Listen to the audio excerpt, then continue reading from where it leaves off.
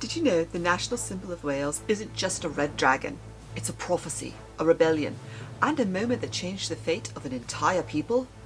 This story isn't just folklore, it's political thriller, a mythic awakening, and the origin of one of fantasy's most iconic figures. That's right, Merlin.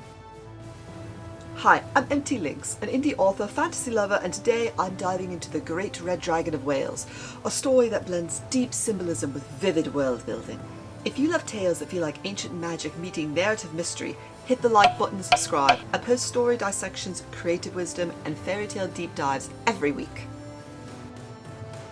The national identity layer.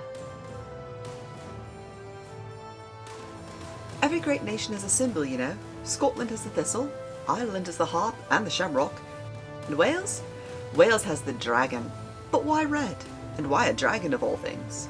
The story opens with a discussion of symbols, but this isn't filler, this is a setup of stakes. Because in this tale, the dragon doesn't just represent Wales, it fights for it. It's the heart of the nation's resistance, and the embodiment of power and prophecy. And unlike other folklore creatures, the red dragon is martial, defensive, protective, and ancient. Mythic Foundation and the Rise of Merlin. We're thrown into the mythic past, post-Roman Britain. Vortigern, a Cymric king, is on the defensive and he calls in mercenaries, the Saxons. What follows is betrayal and treachery, and a classic twist you've seen out of any modern novel. He tries to build a castle, but the land itself rejects him. Materials vanish, 3 times no less. And this is magical realism before it had a name. Nature rebelling against a flawed king. The solution? A blood sacrifice. And this is where things get really deep. Sacrifice, prophecy, and narrative subversion. In many ancient cultures, buildings needed blood, but this story twists that Vortigern's advisors call for the sacrifice of a child born without a father.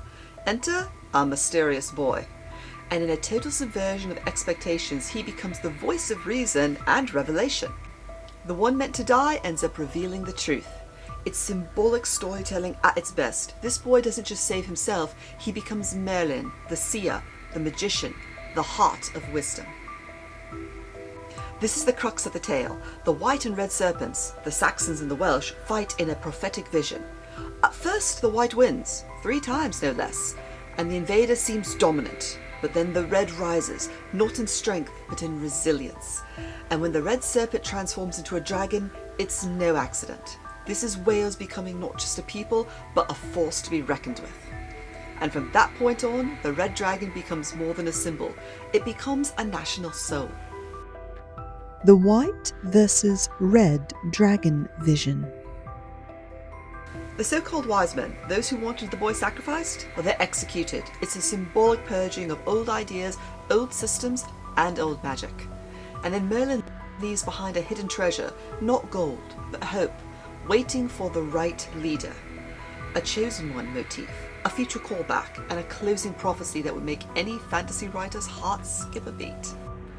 The fate of the Wisemen and Merlin's prophecy.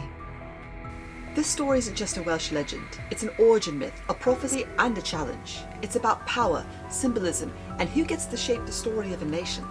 And honestly, it's a blueprint for what we've seen in so many modern fantasy epics today. I'm Lynx, and if you love these kinds of deep dives into story structure, legend, and meaning, tap that bell so you never miss an upload. And tell me in the comments what other myths or legends deserve a full breakdown. I love to get deep into stories of folklore. And now you know. I'll see you in the next video. This one, right here.